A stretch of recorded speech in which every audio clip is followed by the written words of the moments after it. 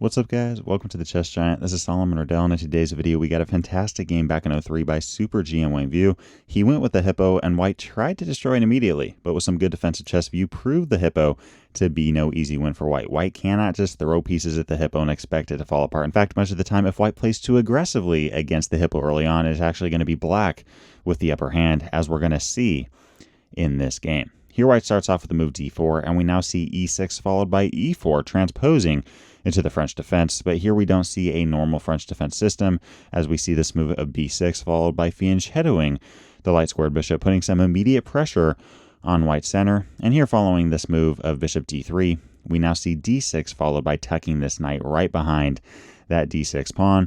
And now after a move like castling kingside, Black continues with g6, looking to fianchetto this bishop on g7.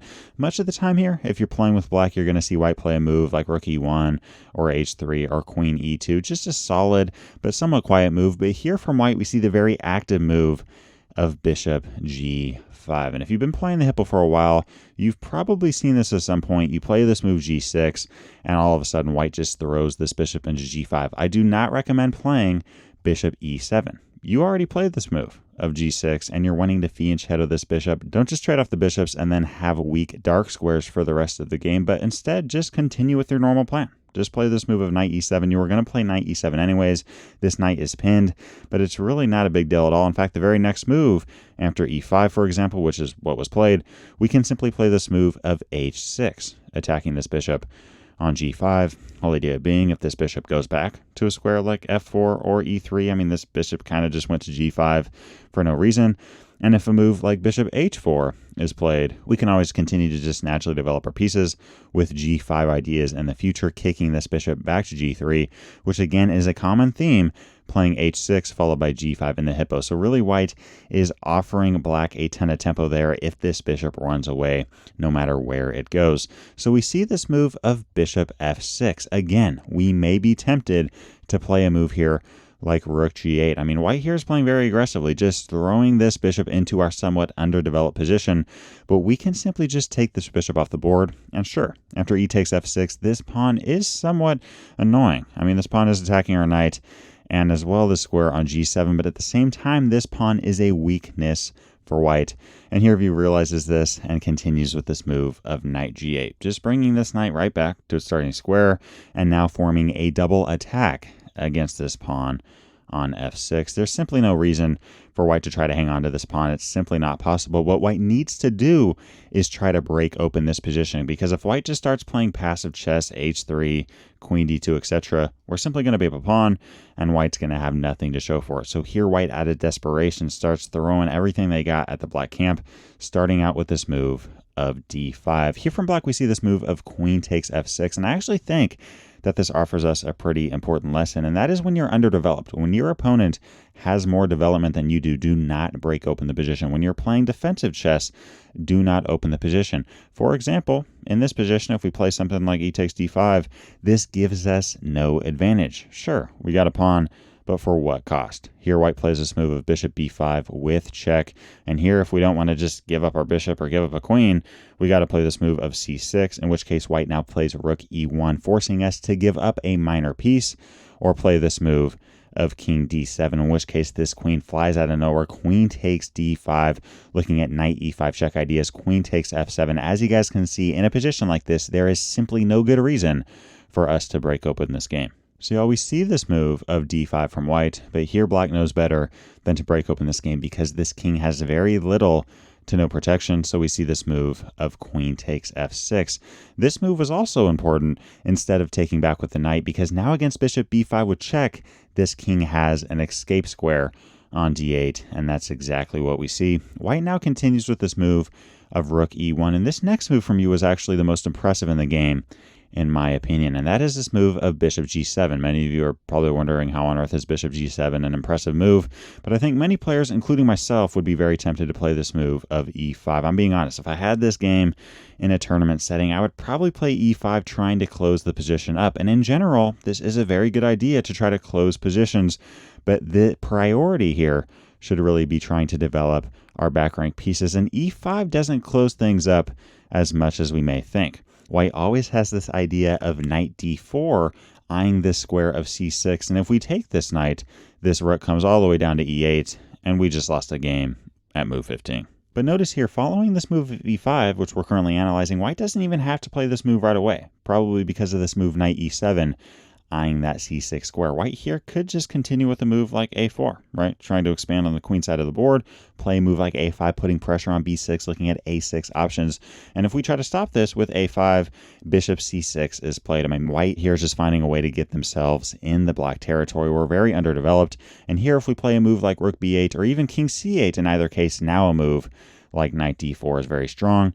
Eyeing knight b5 ideas, and as always, if we take this knight, game over. So all that to say, guys, following this move of rook e1, e5 seems like a very good option until you see this idea of knight d4, and all of a sudden things don't seem so clear. So instead we see this move of bishop g7. Here black really trying to prevent this move of knight d4 from being played at all.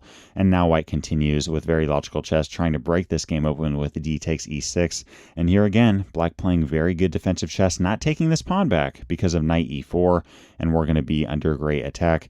But with this move of bishop takes f3, when you are being attacked, when you're in danger, when your opponent is trying to checkmate you, you got to trade down pieces and try to limit their firepower. I think a lot of players here would have just played a move like queen takes f3, but here we see white play e takes f7. Very sneaky idea. Whole idea being white's going, oh no, my queen. But the second that the queen falls off, we simply get checkmated in one move. So yes, we do want the queen, but we also don't want to get checkmated. So here we see this idea of knight e7 from view. And now queen takes f3 from white, in which case, okay, let's start trading down.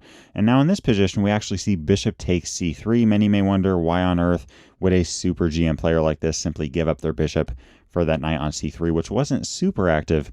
But notice here just how terrible white's pawn structure is. They have two sets of isolated pawns. They have double isolated pawns and triple isolated pawns. White has 6 pawns on the board, and every single one of them is some version of isolated. There's simply no way here for white to hang on to all of them, let alone try to create a pass pawn with a pawn structure like this. Here we see black continue with c6, and white in theory should have played an option here like bishop c4, going back to b3, maybe throwing this bishop all the way back to f1.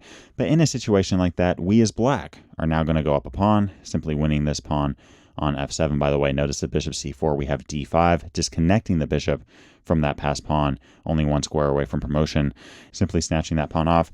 But guys, even then, even though the computer might like that option, from a practical standpoint, I mean, this position is absolutely disastrous for white. So here we see this idea of rook takes e7, simply giving up the exchange and only getting a pawn in return. But you're going to see here that white actually had a chance to get a draw. And that's after this whole idea of rook ac8, saving the rook, because obviously white would love to capture our rook right off the board, in which case this now gives white the opportunity to play bishop d5, hanging on to the pawn on f7. Now sure, we do win this pawn on c3, but all of a sudden this move rook e1 check is played, and we as black have to be extremely careful here. We see this move of king d7, which is the best option, and it's not even close. Notice if a move here like king f6, for example, this move of rook e8 can be played. And at first sight, it seems like, okay, we play this move of rook c8. If you want to take on h8, we're going to capture the rook. If you take on c8, we're going to capture your rook, and we're simply going to have a one endgame.